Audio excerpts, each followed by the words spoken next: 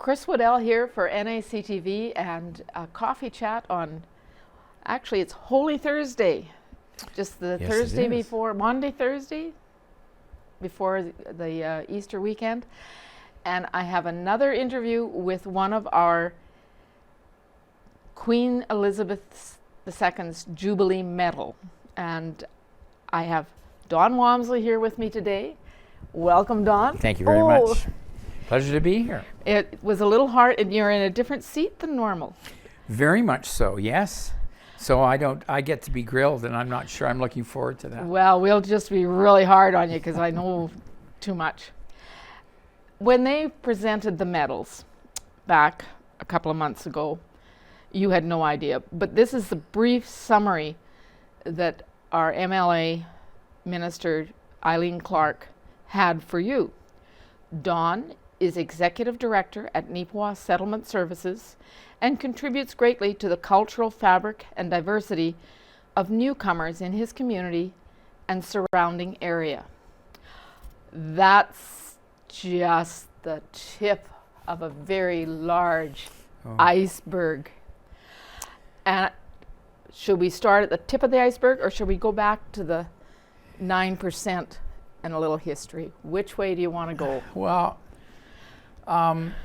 I always like sort of going foundationally Okay. when you're looking at things. That's just the way I think. Okay. My wife Michelle and I, we moved here from Winnipeg in 1982.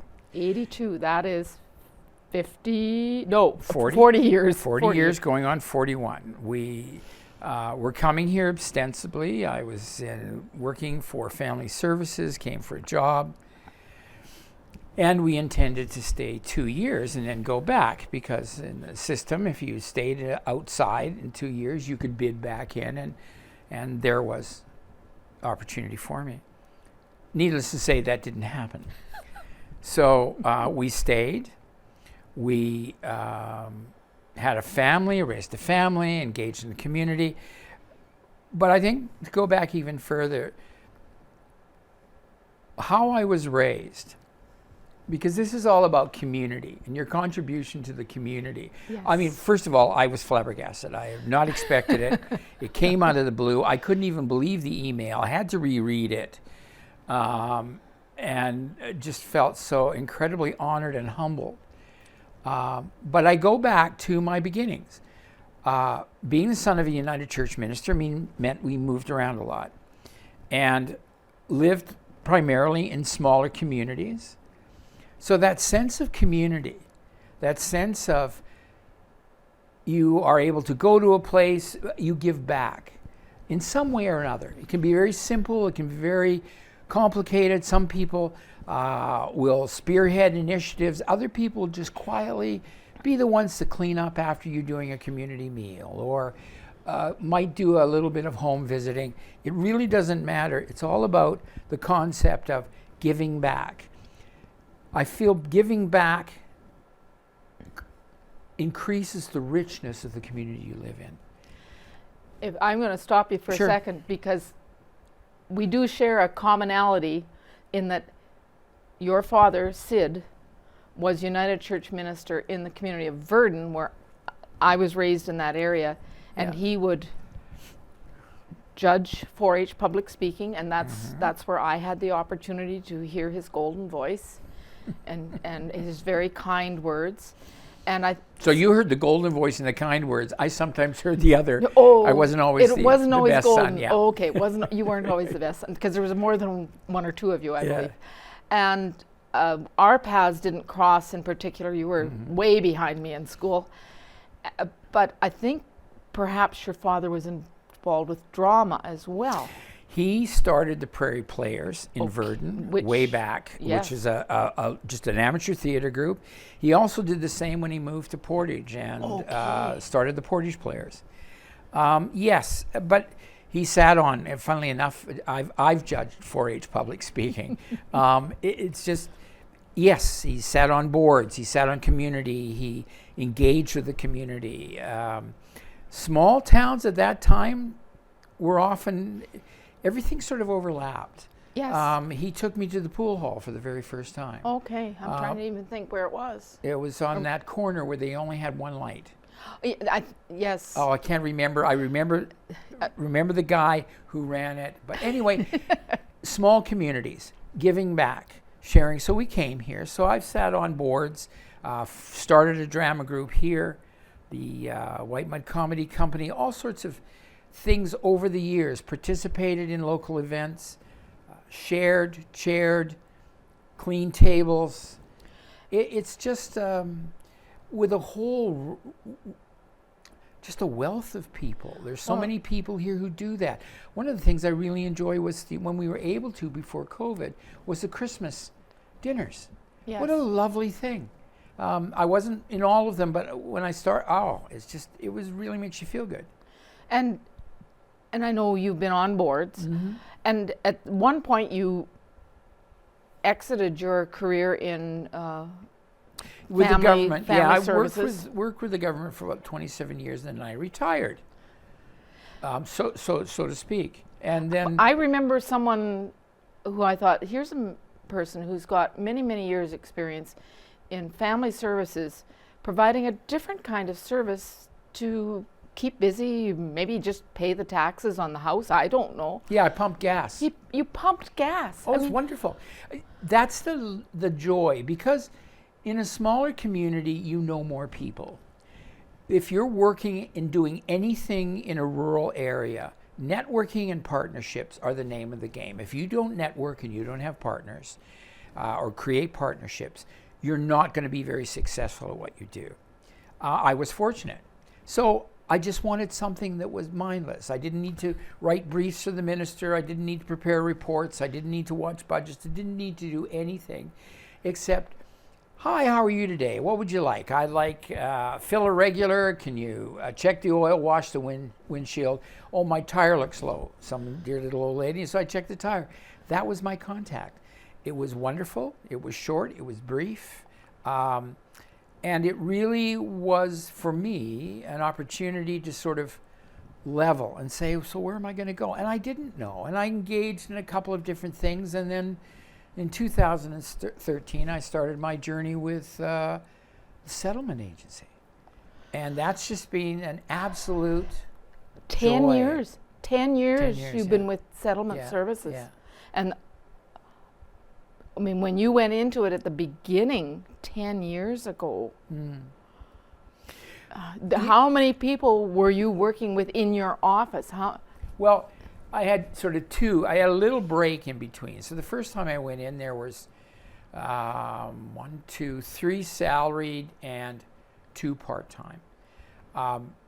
In 2013, the settlement services in Manitoba had been funded by the federal government but run by the provincial. And in 2013, the federal government, here anyway, repatriated those services. So, well, for a number of years, from 2008 till about 2013, the office had worked primarily with temporary foreign workers, helping with the provincial nominee program, their application for permanent residency. Once people got their permanent resident status, we didn't see them, the office didn't see them again. And then overnight, over a weekend, from Friday to Monday, suddenly we weren't able to work with temporary foreign workers. That wasn't the focus of the program. That wasn't what it was funded for. It was all focused on permanent residents. Fair enough. So there was a whole process of growing and rebuilding. I left for a short period of time because of funding situation at the office there. And then I came back. And when I came back, there was myself and one other salaried position, and still the 2 part-time. We now have, I always struggle with this one. I've been in the office. 2, I know why he's 3, struggling. 4, 5, 6, 7, 8, 9, 10, 11, 12, 13. We have 14 salaried, and we have another 4 that are a casual part-time. So the office has grown, the programs have grown, but remember too, we've seen an evolution in the numbers. When we go back, you're looking at High Life in the past 10 to 12 years has grown from 400 staff to 1,600. that isn't happening without a That's large 4 times virtually. Totally. And so there was always that process and keeping step, and we're there to help those ones who become permanent residents. Now we have we also have a program that I was able to get from another department to address the needs of temporary foreign workers. So you're back So helping. we're back. We're and you know our relationship with High Life is very positive. They do some really great stuff. Any organization at large is always going to have the occasional detractors, but the bottom line is when you look at what has happened within this community, how it has provided a real foundation or platform for growth in this community, because Nipawa had had the same population for 70 years. And a lot of that population was maintained because people in the surrounding areas would retire into town. It was very much considered a retirement town. Well, not just from around the area, but people from up north. People Yes. They would hear. I often would in the early days I was here. We've come here because we toured through. It's great. It's got beautiful streets, the trees, the housing at that time, and consistently it has a beautiful cemetery. People are clearly planning for the future. So it was never, but it just kept that steady growth. Then change came, and I've really got to give a lot of credit to the community as a whole. This was major change in a short period of time to a small community. Oh, yes. When I would talk to counterparts in Winnipeg and saying, if you looked at the same percentage of growth in Winnipeg, what would that look like? Oh, gosh, So we were a microcosm for what can happen. And it didn't occur, and believe me, there were bumps, there were glitches, there were backslides, there were challenges, and still are. Housing being one of them. Yes. But the community nonetheless grew. And when we take a look at a community today, we are as exemplematic of any other kind of community in Canada, where you see a multitude of different ethnicities, of cultures woven into the fabric. Yes. We look at the growth in the healthcare, what our needs are. Hence, we're getting a new hospital, and we need one for this and the surrounding area. We look at the growth within our educational system. A new announcement. One of my fellow recipients, Jason. I mean, the work that has been done with our school division here, and the growth, the announcement of a new vocational school is absolutely outstanding. And that's not come without a lot of work and a lot of collaboration. And it has been, a lot of work was done behind the scenes. Well, the average person wouldn't realize what was happening underground. This has been a dream child for a while. Oh, this yes. is no overnight sort of, let's do this. And steadfast and stick to it. But when we take a look at collaboration, what has really made me so happy is it's not just simply the ones who have been here, born here, came here in the early days, but also our newcomers. Take when we had the flood. Jody Baker at the town was reminding me, they asked for something like 12 or 15 trucks, ended up with 70. We had over 3,000 people within the community helping one way or another, and that could be as simple as saying, look, if somebody needs a place to stay, I've got it. Or somebody says, look, I've just been down to a local restaurant and I've paid for X, pick them up, take them out to the people doing sandbags or whatever. People were just helping in any way they could. Businesses, I got to hand it to our plumbing trades and that sort of thing. How they stepped, everybody said, look, let's get together and help. That's what we do. We saw it also in Minnedosa.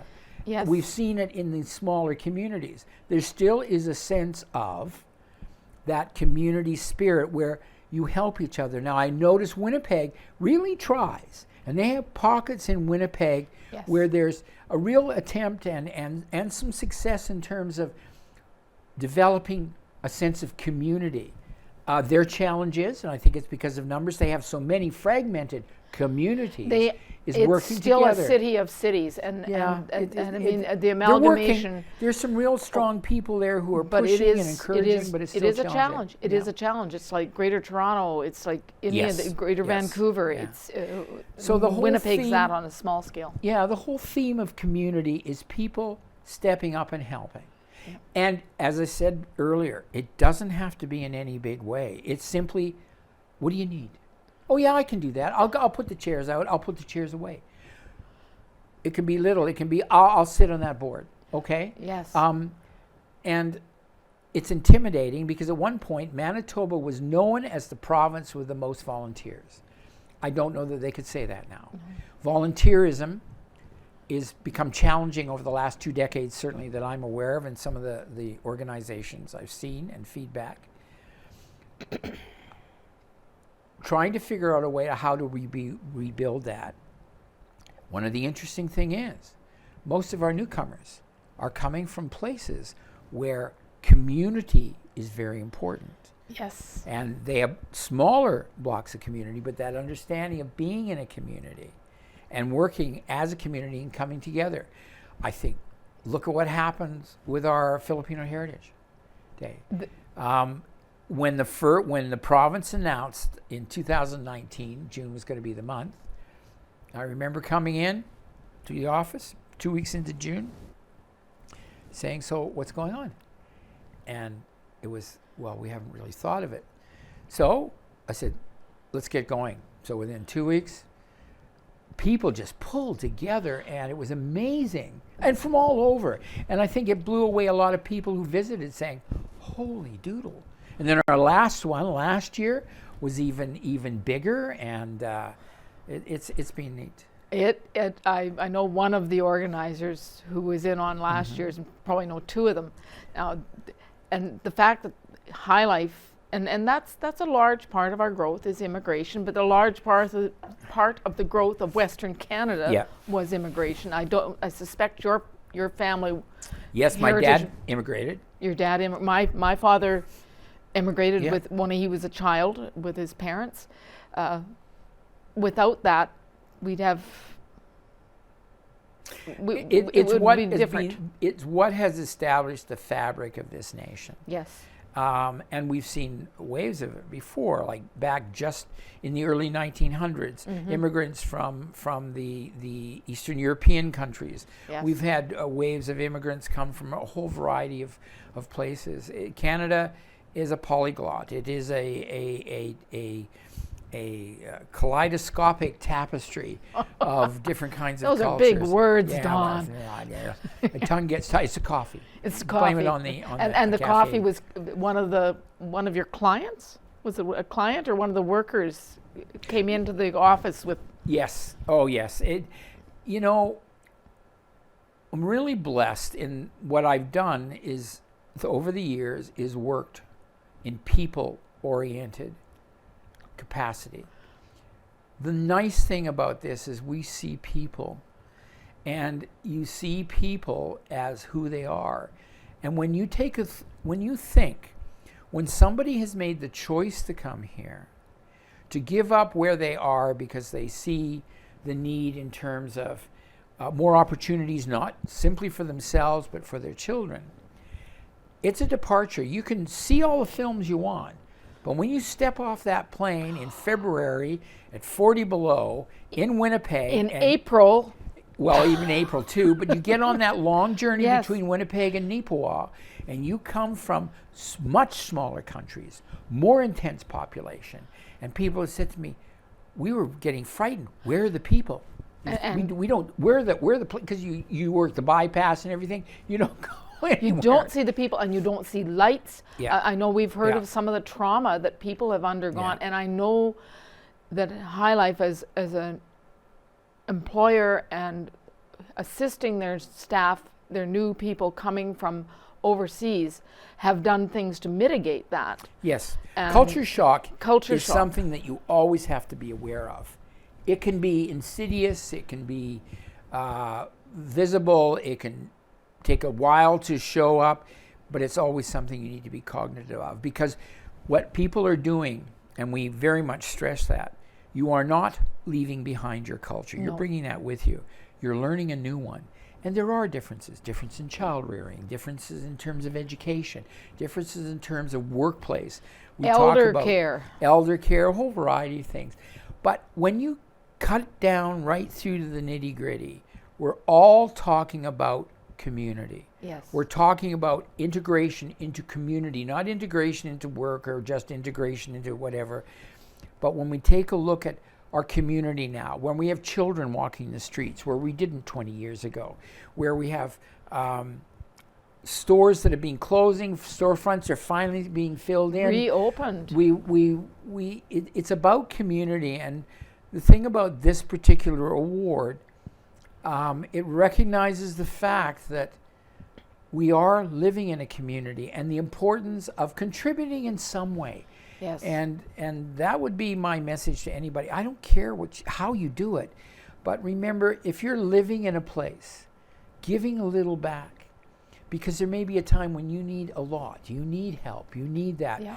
We've got some really wonderful organizations. Look at where Salvation Army has grown over the past number of years. It's not called that anymore, No, the ministry, but they're doing marvelous work. And we've got other organizations. We've got the Men's Shed. We've got the service groups. We've got all our faith-based organizations.